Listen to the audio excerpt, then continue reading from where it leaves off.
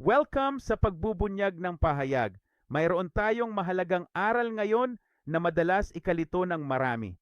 Kapag nagtuturo ng propesya mula sa Mateo nang hindi alam ang kausap ni na Marcos at Lucas, hindi mo mapagtatanto na ang huli ay mauuna sa pagkakasunod-sunod ng Mateo, Marcos at Lucas hanggang sa maging Lucas, Marcos, Mateo.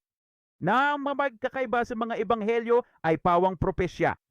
Si Lucas ay pre-trib, si Marcos ay mid-trib, ang si Mateo ay post-trib. Naaalala nyo sa Daman Corinto 12, si Pablo ay nagsasabi ng isang hiwaga. Aniya ang katapusan ng mga araw ay 14 na taon at isang maikling panahong tinatawag sa itaas. Na isang yugto ng 50 araw na aming isiniwalat sa paglipas ng mga taon. Ang unang grupo ay ang hentil na nobya ni Kristo bago ang panahon ng tribo, ang isa na inagaw na parang isang pagdagit na pupunta sa ikatlong langit. Ang pangalawa ay ang was caught up rapture sa paraiso, na siyang mid-trib great multitude rapture na makikita mo sa Apocalypse 7. At pagkatapos ay makikita mo si Pablo sa kanyang tipolohiya na nagsasabing, ngayon narito, ito ang ikatlong pagkakataon, handa akong pumarian sa inyo. Kaya may pagkuha at pagbabalik ang Panginoon sa ikatlong pagkakataon sa bundok ng mga olibo. Tandaan, makikita ang kabanata sa kanan. Kaya si Lucas ay bago ang kabihasnan, si Marcos ay sa gitna, at si Mateo ay pagkatapos nito. Okay? Bago, kalagitnaan, pagkatapos, Lucas, Marcos, Mateo, isang pagkuha, pagkatapos ay isa pang pagkuha at isang pagbabalik. Bueno, gaya ng naunawaan mo na, saan nga ba nababagay ang Mateo 25? Dahil nasabihan na ang Mateo 25 ang nobya ni Kristo bago ang panahon ng kabihasnan at malayong malayo sila sa katotohanan, ito ang ganap na kabaligtaran na dulo ng lahat ng kapighatian at kaya naman napakahalagang maunawaan ito. Kita mo, mayroong kasalan ng mga hentil bago ang trib at mayroong kasalan ng mga Hudyo na ipinangako ang paghahari ng milenyo pagkatapos ng trib, kapayapaan sa lupa para sa mga Hudyo, okay? Kaya ipapakita namin sa inyo, ipapakita ko sa inyo kung saan eksakto magaganap ang Mateo 25 sa mga huling araw. Okay? Ano ang nangyari sa Lucas, Kabanata 21 sa kaniyang diskurso? Kay Lucas ang bahaging nabanggit sa itaas. Sa diskurso ni Lucas, dito lang makikitang kinukuha ang bayan bago ang lahat. Sa Lucas 21:36 sabi niya, magpuyat at manalangin lagi upang maging karapat-dapat na makatakas sa mga mangyayaring ito at makatayo sa harap ng anak ng tao. Ito ang bersikulo bago ang tribulasyon sa lahat ng diskurso. Ito mismo rito. Mayroon ka pang nabanggit na isang 50 araw na yugto ng panahon na nagaganap pagkatapos ng pre-trib. Ano ang mangyayari? Tingnan natin ang diskurso ni Marcos. Sa isang kamakailang turo, tinalakay natin na ang pagdating ng anak ng tao ay ang pahayag kabanata 6 sa pagtatapos ng ika-6 na tatak o ang ika-6 na taon ng kapighatian ng mga tatak. Ito ang Panginoon na dumarating na nasa mga ulap ng langit, tama ba? O ang Panginoon na paparating na nasa mga ulap? Ayon sa Marcos 3:32, walang nakakaalam sa araw o oras na iyon. Ito ang pista ng mga trumpeta kung kailan hinihintay ang pagsikat ng buwan. Iyan ang tinatawag na araw at oras na walang nakakaalam. Bakit nasa kay Marcos ito pero wala kay Lucas? Sa pagdating ng Panginoon sa mga ulap, darating siya sa di alam na oras sa pagtatapos ng 6 na taon sa kapistahan ng mga trumpeta. Tandaan, hiwalay ang nabanggit na bahagi ni Lucas. Okay? Nag-usap kami tungkol dito. At ano ang susunod na mangyayari? Bueno, hindi agad umaalis ang grupong mid-trib. Nasa ika-7 tatak na sila. Pero ito ang pagdating ng Panginoon sa dulo ng pahayag 6. Ngayon, anong mangyayari sa Mateo? Sa Mateo, Kapitulo 24, versikulo 27, darating siya na parang kidlat mula sa isang dulo hanggang sa kabila. Makikita siya ng buong mundo dahil babalik siya sa bundok ng mga olibo pagkatapos ng kapighatiang iyon. At ang salitang nasa ulap, alam mo, ay hindi ang salitang nasa. Kapag pumunta ka sa Strong's, balita na. At ito lang ang tanging nakaon. Sina Lucas at Marcos ang mga salita sa Okay, ano kaya ang mangyayari? Bueno, hindi pa ito ang katapusan ng 14 na taon. Ito ay sa katapusan ng 13 taon. And pure daw ay in the simula ng ika-14 na taon. Kaya magkakaroon ng 13 taon ng kapighatian, 7 sa kabuuan ng mga tatak, at pagkatapos ay 6 na taon ng mga trumpeta. At ang tunog ng trumpetang ito, ang huling ika-7 taon ng mga trumpeta. Sa simula ng ika-14 na taon sa pagtunog ng ika-7 trumpeta, ang hiwaga ay hindi na magiging hiwaga. Makikita nilang lahat siyang nakababa sa bundok ng mga olibo. Teka, kailan kaya siya darating sa ganitong oras? Sinasabi rin sa Mateo 24:36 na mangyayari nga sa araw at oras walang nakakaalam. Kita mo, dumating siya sa huling selyo, sa ika-7 tatak na riyan ang madla sa gitna ng tribo. Kaya 6 na taon ng paghatol na may tunog ng trumpeta. Pagkatapos ng 13 taon, ito na ang simula ng ika-14 na taon sa oras na walang nakakaalam, ang kapistahan ng mga trumpeta. Sa Mateo mo lang makikita kung ano ito noong mga araw ni Noe. Okay, bakit katulad nung panahon ni Noe? Bakit hindi natin ito nakita sa diskurso ni Lucas or ni Marcos? Kasi nung panahon ni Noe, napag-usapan din natin ito, pero bahagi ito ng sistema, kaya naiintindihan mo. Nasaan tayo? Ngayon tapos na ang 13 taon at papasok sa ika-14 na taon ng kapighatian. Tulad ito noong mga araw ni Noe. Bueno, ang peraw ni Noe ay nagsimula noong ika-2 buwan, ika-17 araw, at sila natapos ang 1 taon at 10 araw pagkatapos sa ika-27 araw ng ika-2 buwan, naging 1 taon at 10 araw ang haba nito. Napakahalagang maunawaan iyan kapag naunawaan mo na ang ibig sabihin nito at ang layunin nito. Makikita mo ito kapag pumunta ka sa Levitico, Kabanata 25. Alam mo ang kwento ng 7 beses 7 taon at pagkatapos ay ang huling hubileo, tama ba? Kaya 7 taon na pinarami ng 7 ay 49 na taon. Kaya ang ika-6 na taon, ang 7 taon ng mga tatak ay ang pangalawa sa huli sa 7 beses 7. Ang 7 taon ng mga trompeta, ang huling set ng 7.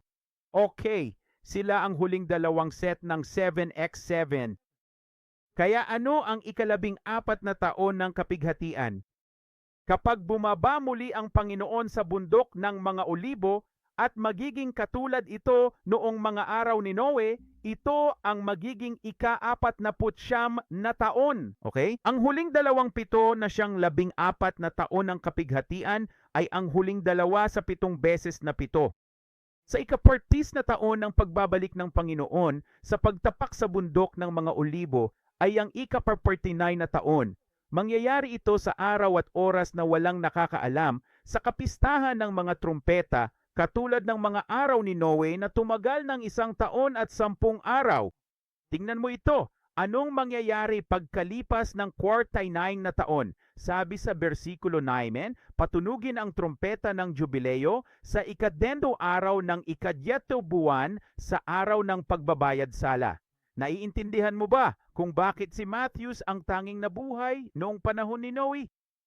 Mula sa di alam na araw at oras, pagkalipas ng 1 taon ay ang di alam na araw muli at 10 araw pa ay ang araw ng pagbabayad sala. Ang ika-49 na taon lang ang may dagdag na 10 araw para patunugin ang trumpeta ng Jubilee. Ibig sabihin, ang huling taon ng pagdating ng Panginoon sa bundok ng mga olibo ayon sa Mateo 24 ay nagsisimula sa huling ika-14 na taon matapos ang 13 taon at 1 pang taon tapos na ang 14 na taon. Narito ang Panginoon at ano ang gagawin niya sa huling taong iyon? Nilipol na niya ang halimaw at ang bulaang propeta. Siya ay itinapon sa lawa ng apoy. Iginapos si Satanas. Pagkatapos ng mga labanan at ng huling taon, muling magiging gaya ng mga araw ni Noe. Darating ang oras na walang nakakaalam pagkalipas ng ika-14 na taon. Sa ika-10 araw, tutunog ang shofar. Sige, hayaan mong ipakita ko sa iyo ang isang kahangahangang larawan nito. Alam mo ba na sa sinaunang Israel, ang mga babae ay ikinakasal sa pagkadalaga? Mahirap itong intindihin ngayon. Ngunit nangangahulugan ito na ang mga batang babae ay karaniwang kinakasal bago mag-15. Karaniwang tinatanggap ito sa mga edad na 13 taon noong sila ay kasal, sa panahon ng pagdadalaga, pagbibinata. Ngayon, tandaan mo, gaano na tayo katagal? Nasa 13 taong gulang na kami. At saka may isa pang taon. At saka tapos na ang lahat, di ba? Panoorin ito. Ilang taon na ang ina ni Jesus? Pinaniniwalaang si Mary ay nasa pagitan ng 12 hanggang 16 taong gulang. Batay sa mga kaugalian at pagpapakasal ng mga Hudyo noong unang siglo. Sige, may mga nagsasabi na 13. Sa tingin ko ay eksaktong bandang 13 iyon. Kahit hindi ito partikular na naitala. Sige, alam nating nasa ganong saklaw ito. Kaya muli, 13 taon tapos 1 taon isinilang si Jesus. Panoorin ang mangyayari. Alam mo ba kung paano nagaganap ang kwento ng kasal sa sinaunang Israel? Sige, sa sinaunang tradisyong Hudyo, lalo na noong unang siglo, ang mga batang babae ay madalas na ipinapakasal. Sige, tinatawag ito. Ursin yata ang tawag. Ibig sabihin, ito ang kasunduan sa kasal. Ito ang paggawa ng legal na kontrata para rito. Aba, tinuruan na namin ito. Naalala mo ba ang pagbalik ng Panginoon sa bundok ng mga olibo noong nakaraang 14 na taon? Pinagtitibay ng Panginoon ang tipang kaniyang ginawa. Ito ang tipan. Ito ang nakikita natin sa Daniel 9, versikulo 27, na iniisip ng lahat na siyang Antikristo sa huling linggong iyon. Hindi, ito ang huling taon at pinagtitibay ng Panginoon ang tipang kanyang ginawa. Ano? Tulad ng isang kasal, pinagtitibay niya ang tipang iyon. Ginagawa niya itong tipan sa kasal, ang kasunduang ito, sa tapos ng 13 taon ng kapighatian sa kanyang pagbabalik. Tulad ng sinaunang kasalan, 13 taon, may kasunduang pagpapakasal, isang tipan ang ginawa para sa kanya. At pagkatapos, ano ang mangyayari? Ang nobya ay nananatili sa bahay ng ama para maghanda sa bagong buhay. Uuwi ang lalaki sa ama para magtayo ng bahay na matitirhan. Pagkatapos ng taong iyon, gaganapin ang kasal na nusim. At sinasabi nito, o ang nison, pagkatapos ng 1 taon o 13 taon, at pagkatapos ng 1 taon, ang lalaking ikakasal ay madalas na dumarating sa gabi na may dalang prosesyon upang sunduin ang kanyang nobya at doon magaganap ang linggo ng kasal. Aba, nakikita na naman natin ito. Isa pa sa bagong eksena ng unang bahagi ng kontrata, ang groom ay naghahanda ng lugar para sa bride, habang ang bride naman ay naghahanda ng personal para sa kasal. Naghahanda siya ng mga lampara kahit alam niyang darating ang groom matapos ang 1 taon. Hindi niya alam ang eksaktong araw o oras. Hindi ba talagang hindi ka pani-paniwala iyon? Alam niya. Kaya ano ang nangyayari rito sa Mateo 24?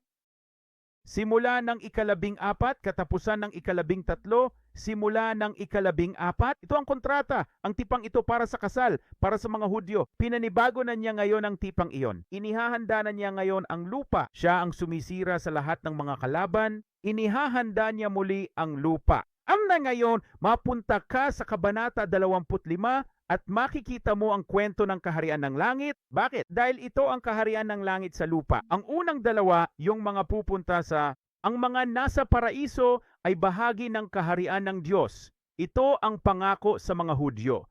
Sinasabi sa Mateo 25:13, magbantay kayo sapagkat hindi ninyo alam ang araw o oras. Nagsimula ito sa ika-40 na taon. Sa oras na walang nakakaalam, pagkalipas ng 1 taon sa pagtatapos ng huling ika-40 na taon, darating siya pagkatapos ng ika-13 taon. May 1 taon pa. Sa pagtatapos ng taon, magaganap ang kasalang Hudyo, mapapanibago ang tipan, at magsisimula ang milenyong paghahari sa loob ng 10 araw. Tutunog ang mga shofar at magsisimula ang jubileo.